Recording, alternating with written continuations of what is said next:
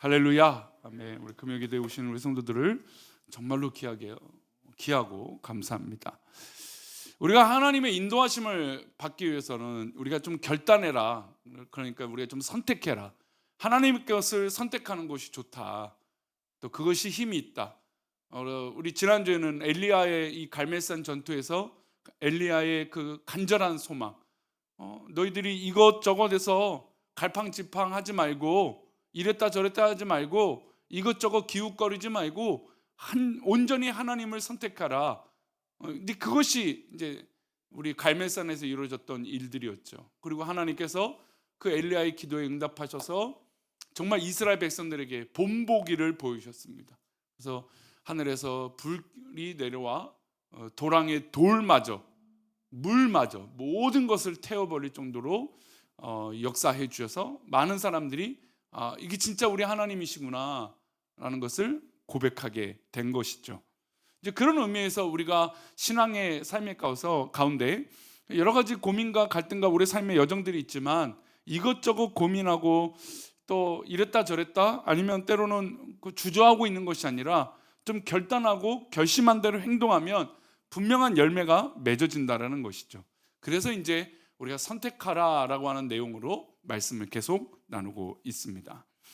머릿속으로는 이미 우리는 수백 번 완주합니다. 예를 들어서 무슨 시험을 보게 되겠죠. 시험을 보게 되면 그 시험을 치를 때 나는 어떻게 공부해서 어떻게 시험 보고 어떻게 대처하고 뭐 이런 계획들이 다 머릿속에는 있습니다.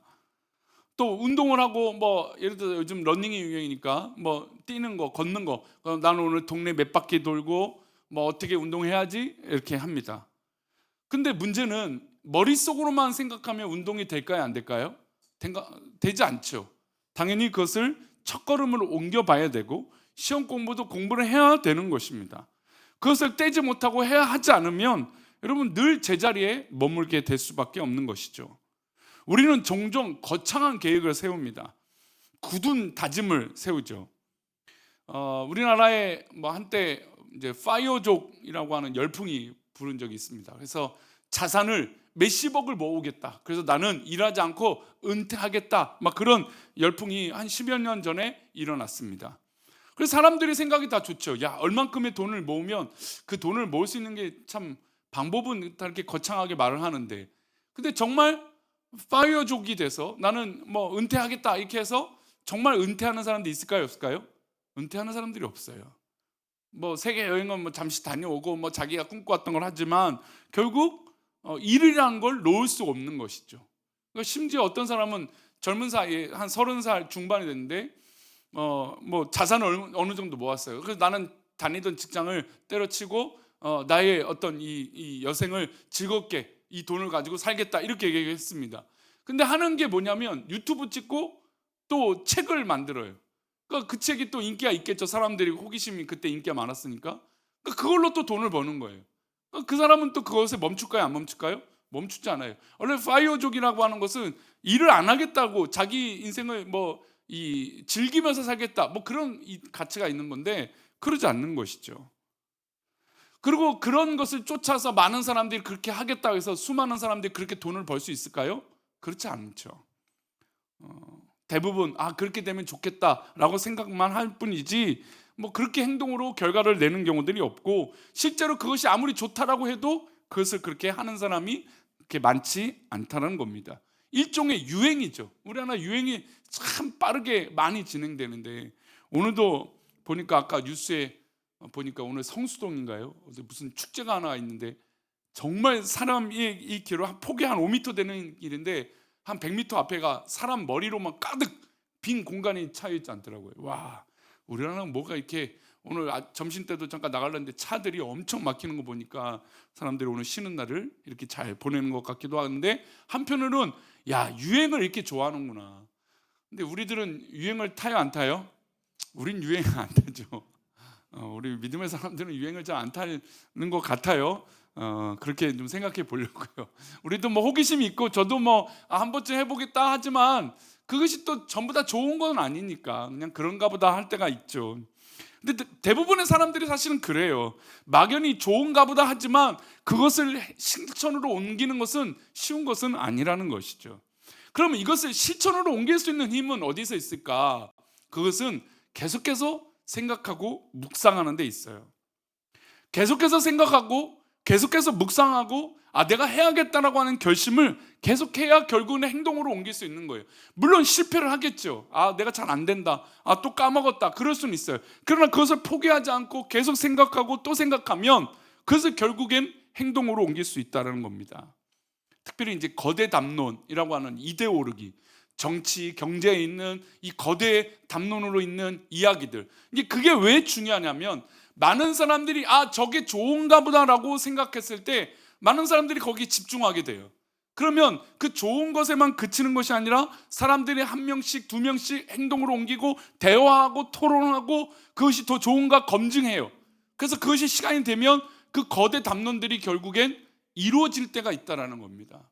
그래서 그게 거대하다라고 하는 이야기라고 하는 뜻인 거예요. 그러니까 우리 가운데도 하나님의 좋은 뜻이 있다라고 하는 것에 일회성으로 그치면 끝이 나는 거죠. 근데 이것을 계속해서 묵상하는 거예요. 계속 하나님의 선하신 것과 좋은 것들을 계속 생각하고 또 생각하는 거죠. 그럼 어떻습니까? 결국엔 이것을 행동으로 옮길 수 있다는 겁니다. 어벤져스 영화가 예전에 지금 이제 꽤 시간이 지난 이 영화인데, 엔드게임이라고 하는 정말 우리나라에서 외국 영화, 미국 영화 중에서 정말 대히트를 친 영화입니다. 근데 이 영화가 여러 가지 이제 히어로들이 나와요. 근데 엔드게임에는 좋은 이 선한 히어로 영웅들도 있겠지만 그 반대에 악한 악당들이 있겠죠. 근데 이 마지막 편에 나왔던 악당은 너무나 거대한 힘을 가지고 있었어요. 그러니까 도무지 이 히어로들이 뭉쳐서 싸워도 게임이 안 됐죠. 근데 이 악당이 이 보석 같은 걸 모으게 됩니다. 그래서 보석을 모아갖고 마지막에 자기가 하고 싶은 게 있다는 거죠. 그가 자신이 하고 싶었던 생각이에요. 평소에 가졌던 생각이 뭐냐면 인류가 망하는데 너무 인구가 많다. 그래서 인구를 절반으로 줄여야 우리 모두 다 잘 살 수 있다. 이 생각을 어릴 때부터 계속 해왔던 거예요. 그리고 결국 그가 그렇게 하기 위해서 힘을 가지게 되고, 그리고 또 어떤 무기, 소위 말하는 그 이제 보석이죠. 이 5개의 보석을 모으면 그 힘을 발휘할 수 있는, 그래서 손가락을 하나 탁 튕기면 전 인류의 50% 절반이 죽게 되는 그런 힘을 얻게 된다는 거예요. 그래서 이 사람은 이 악당은 어릴 때부터 그 꿈을 가지고 계속해서 실천한 거예요. 결국 그 힘을 얻게 되죠. 그러면 이 일들을 그 악당이 결국 이루게 됩니다. 그 모습 보면 어릴 때부터 어떤 생각을 가지고 어떻게 행동하느냐, 그 사람을 그렇게 지배한다라고 하는 생각들을 하게 되는 거죠. 여러분, 우리나라의 지금 전반적인 정치 형태들도 경제 형태들도 어릴 때부터 계속 영향을 받은 것이 지금까지 오는 경우들이 있어요.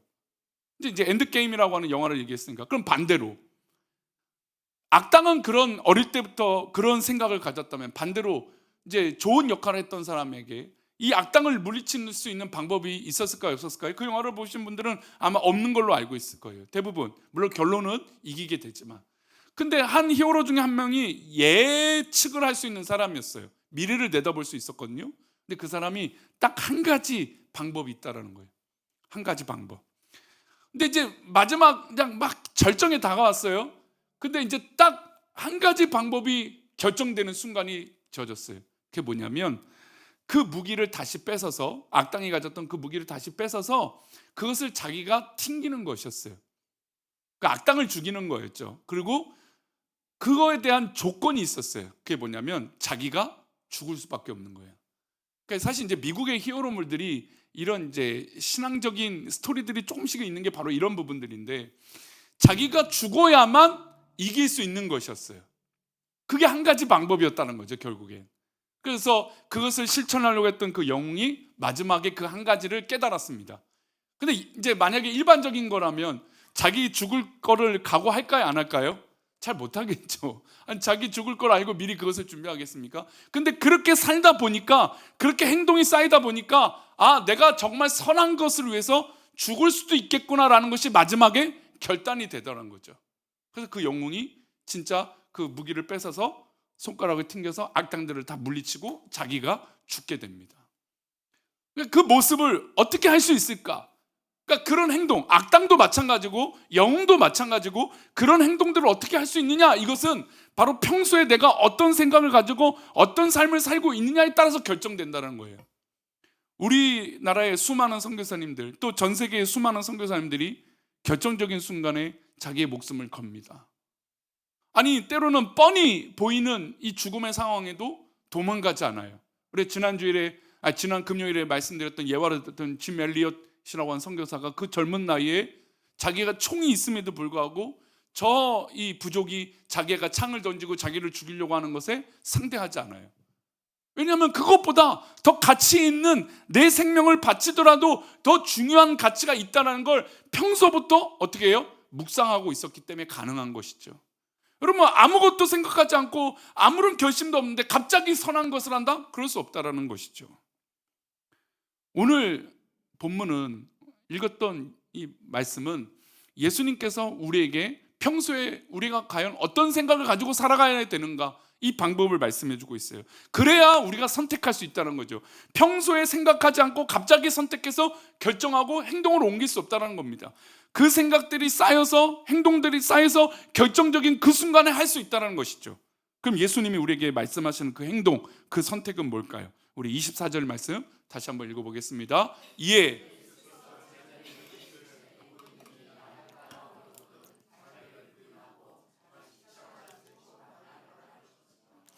예수님께서 제자들에게 이르시되 누구든지 나를 따라와라, 정말 나를 따라오고 싶으면 너희 자신을 부인해라.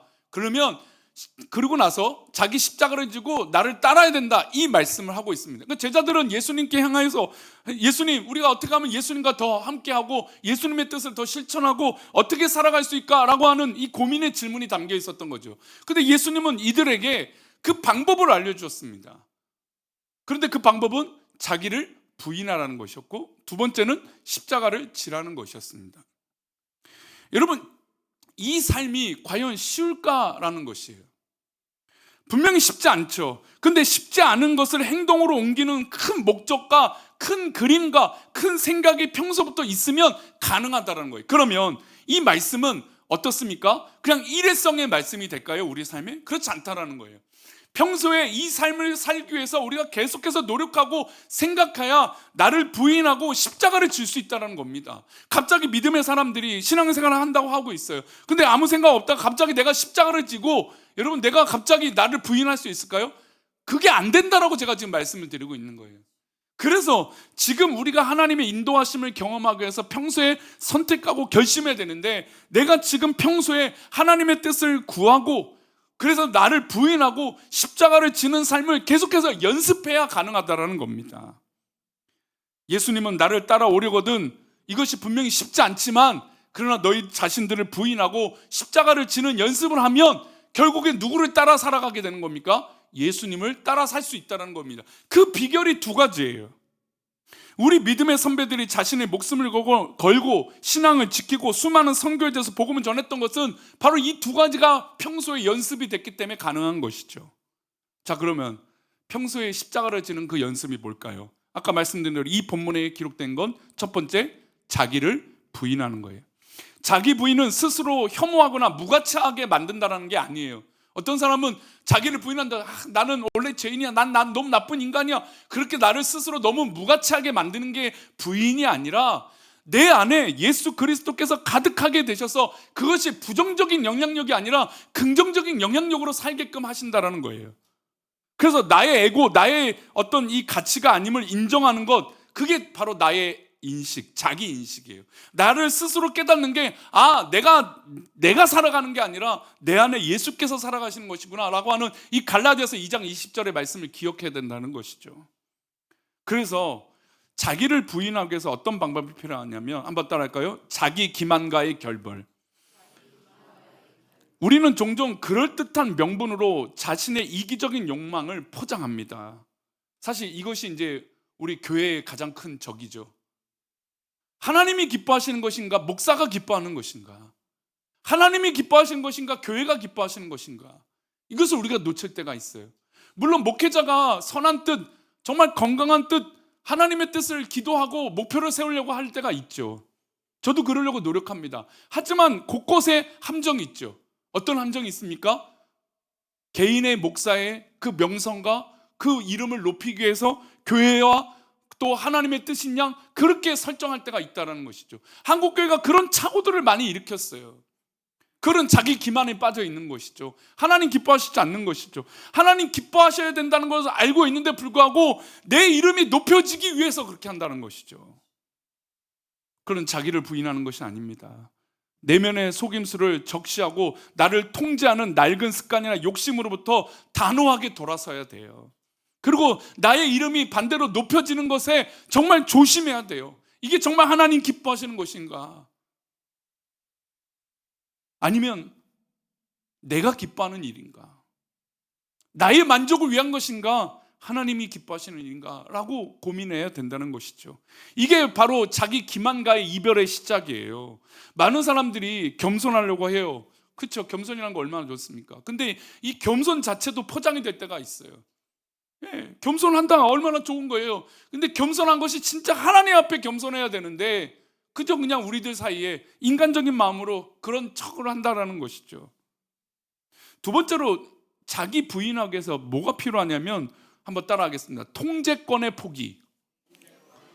자, 자기 기만, 자기가 만족하고 자기가 좋아하는 것에서 결별되어지는 것이 나의 부인이고, 나의 부인의 두 번째 방법은 통제권에서 포기가 되어져야 돼요. 내 뜻대로 모든 상황과 사람을 통제하려는 집착을 내려놔야 돼요. 그러니까 우리가 내 뜻대로 안 되면 자꾸 스트레스를 받고 힘이 들어요. 물론 그렇겠죠. 근데 그게 모든 것의 정답은 아니잖아요. 내 계획과 감정, 내 자존심이 언제나 최우선이 아님을 인정할 필요가 있다는 것입니다. 더 크고 선한 뜻이 나를 온전하게 할 수 있다는 것을 믿어야 된다는 것이죠. 그래서 내 스스로의 통제권을 내려놔야 돼요. 하나님, 내가 내 뜻대로 되지 않을지라도, 모든 상황이 내 뜻대로 내 계획대로 되지 않을지라도 하나님의 뜻이 이루어지면 되는 것이죠.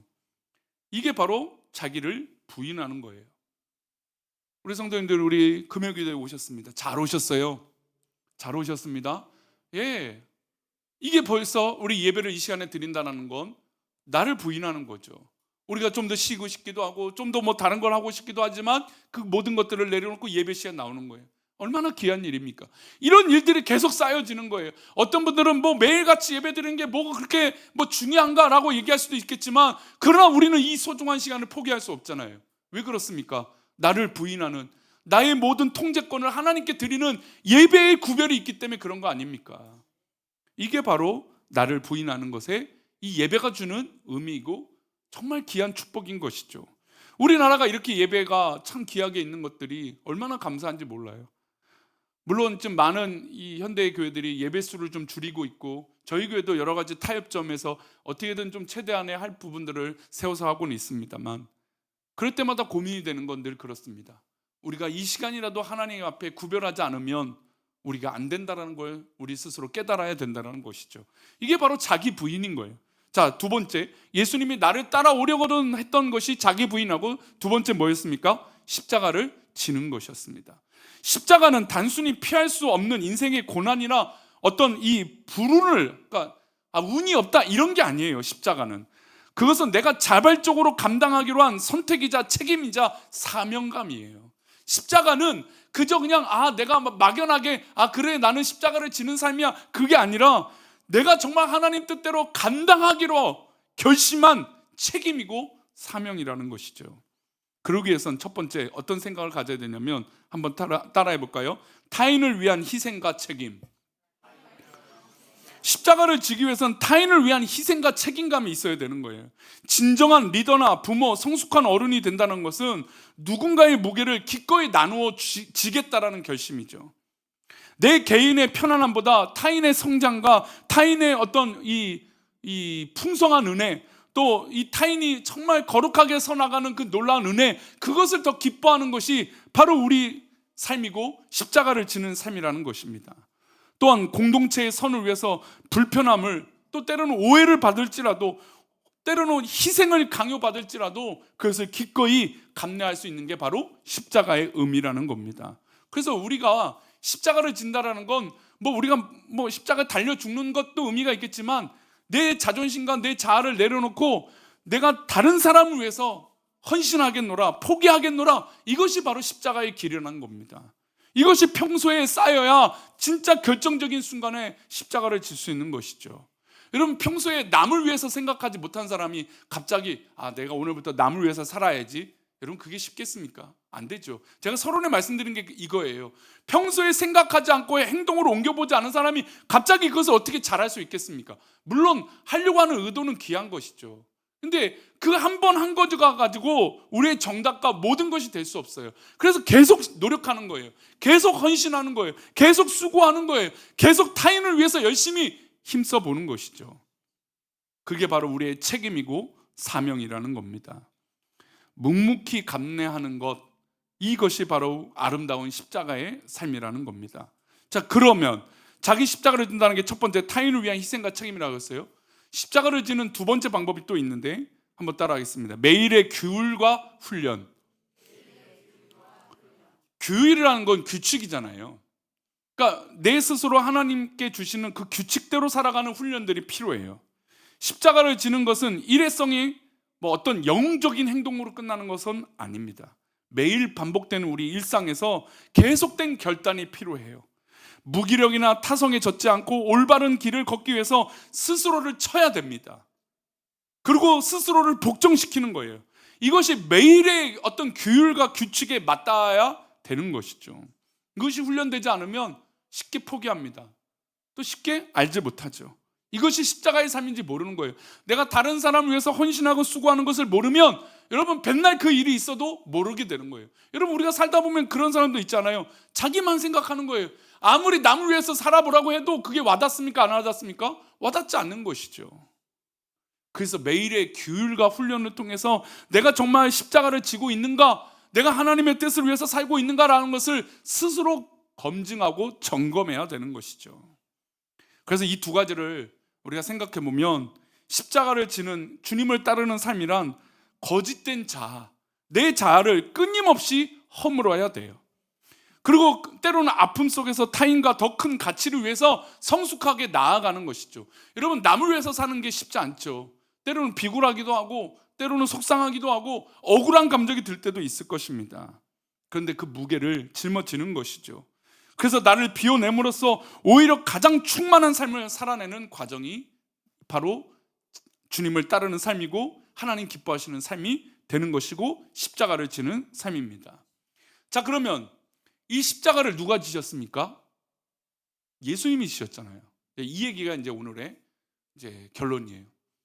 예수님이 십자가를 진다고 했을 때, 제가 이제 오늘 말씀의 이 토대로 본다면 예수님조차도 하나님, 물론 인간 하나님이시니까 이 결단과 이 과정이 크게 필요 없으신 분이시지만 완벽한 인간으로서 이 우리와 인간과 동일한 심정으로 예수님도 어떤 과정이 필요할까요? 이런 훈련의 과정이 필요하셨다는 거예요. 예수님이 십자가를 지시기 위해서 이 땅에 오셨잖아요. 이것은 아담과 하와가 범죄한 이후부터 하나님의 계획 가운데 있는 것입니다. 자, 그러면 하나님의 뜻이 아담과 하와가 범죄한 이후에 세워졌습니다. 그럼 그때부터 예수님은 이 땅에 오실 준비를 하신 것이죠. 그냥 그때 그 순간에 예수님이 딱 하고 오신 게 아니라 긴 세월 동안, 이 구약의 시간 동안 예수님은 이 땅에 오실 준비를 하신 것이죠.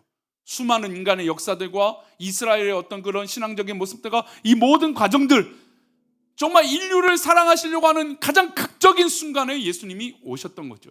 그리고 오셔서 예수님이 십자가를 위해서 전적으로 그 목적을 위해서 사신 것이에요.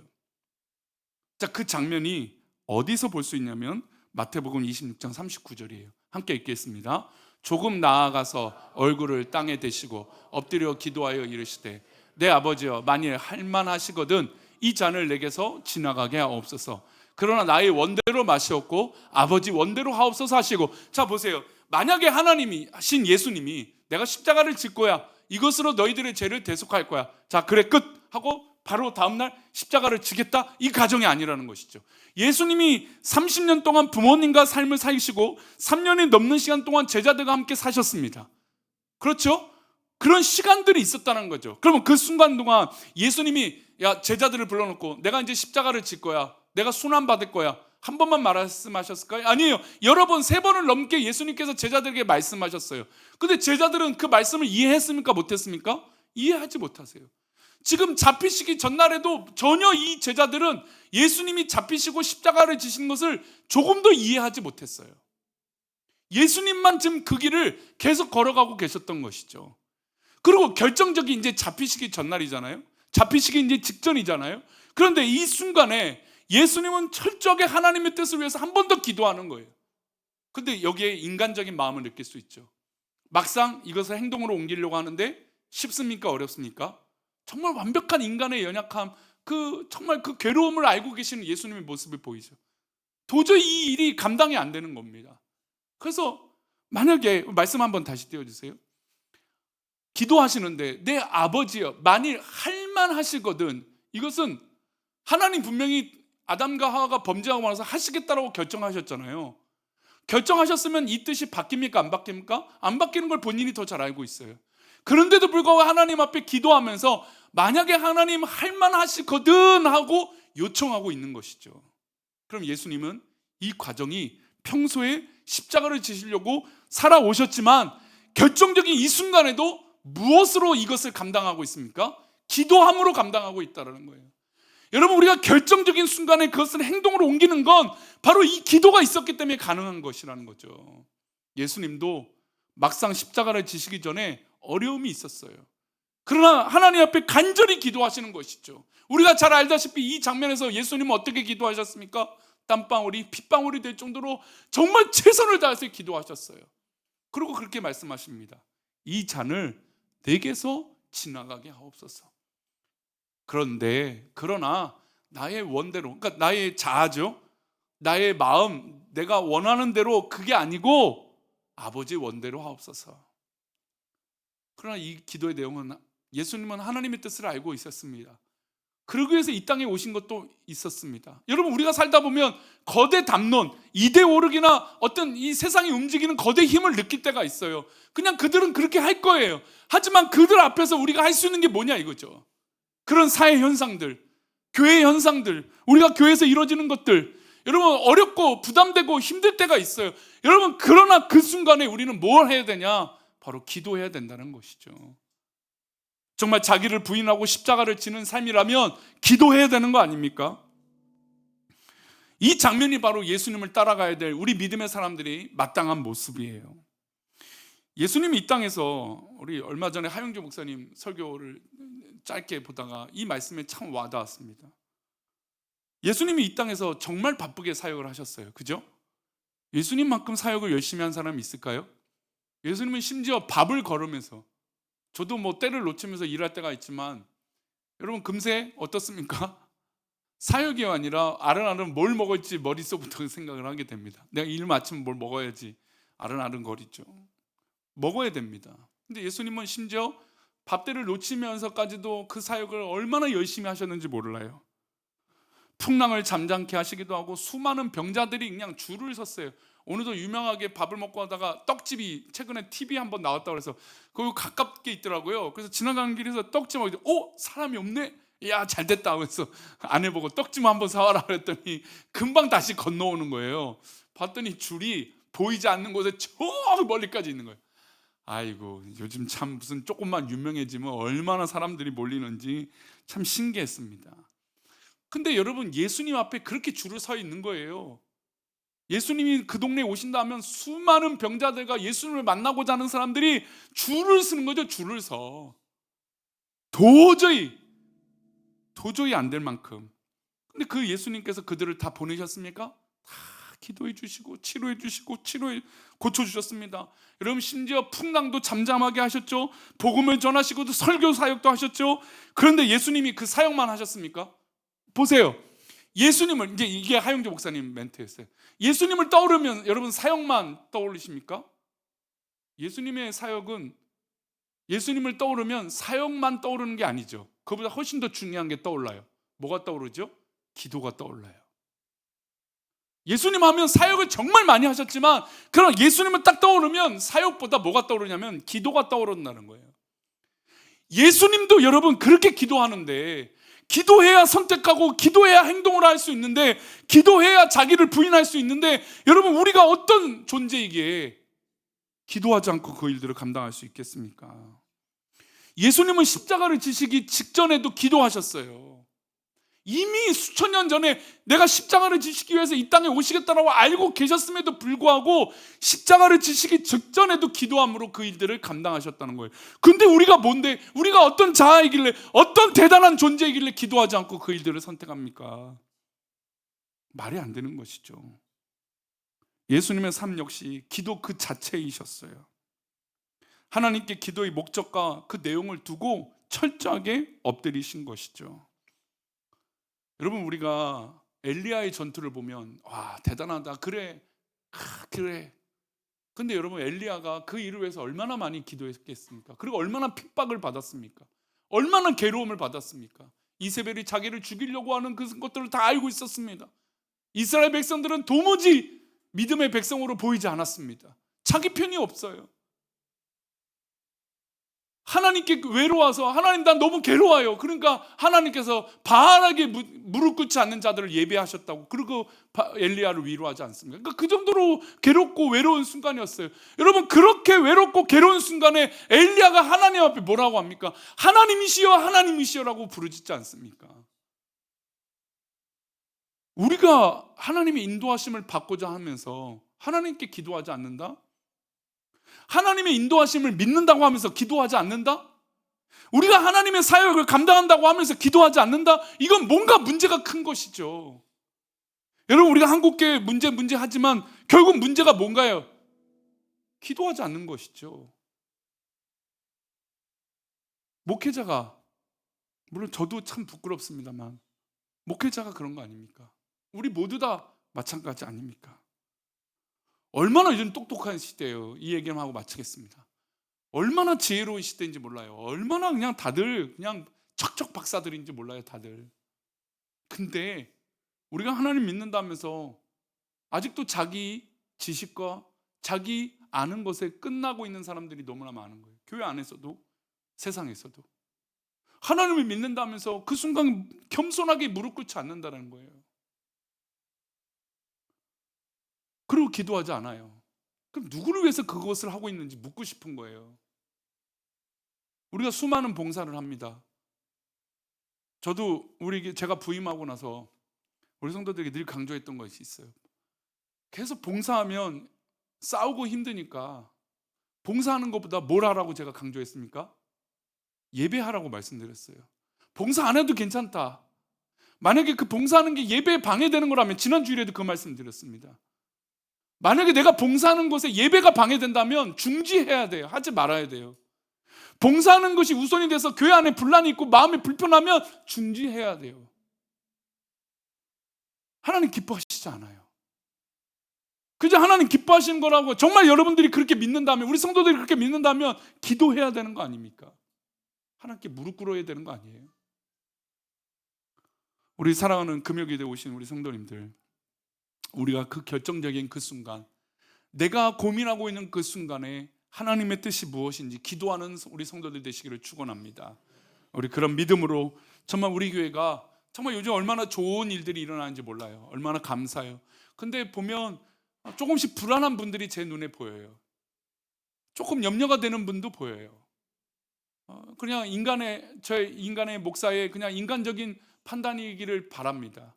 근데 무엇보다 그 판단의 이전에 무엇보다 정말 은혜 받았으면 좋겠어요. 그러니까 그 은혜로 우리 성도들이 다 기쁘고 자유했으면 좋겠어요. 내 자아를 다 깨트리고 하나님 기뻐하시는 것으로 가득 채워졌으면 좋겠어요. 그 힘은 어디서 옵니까? 바로 기도하는 데 있습니다. 우리 그 기도하는 힘으로 믿음으로 승리하는 저와 여러분 되시기를 축원합니다.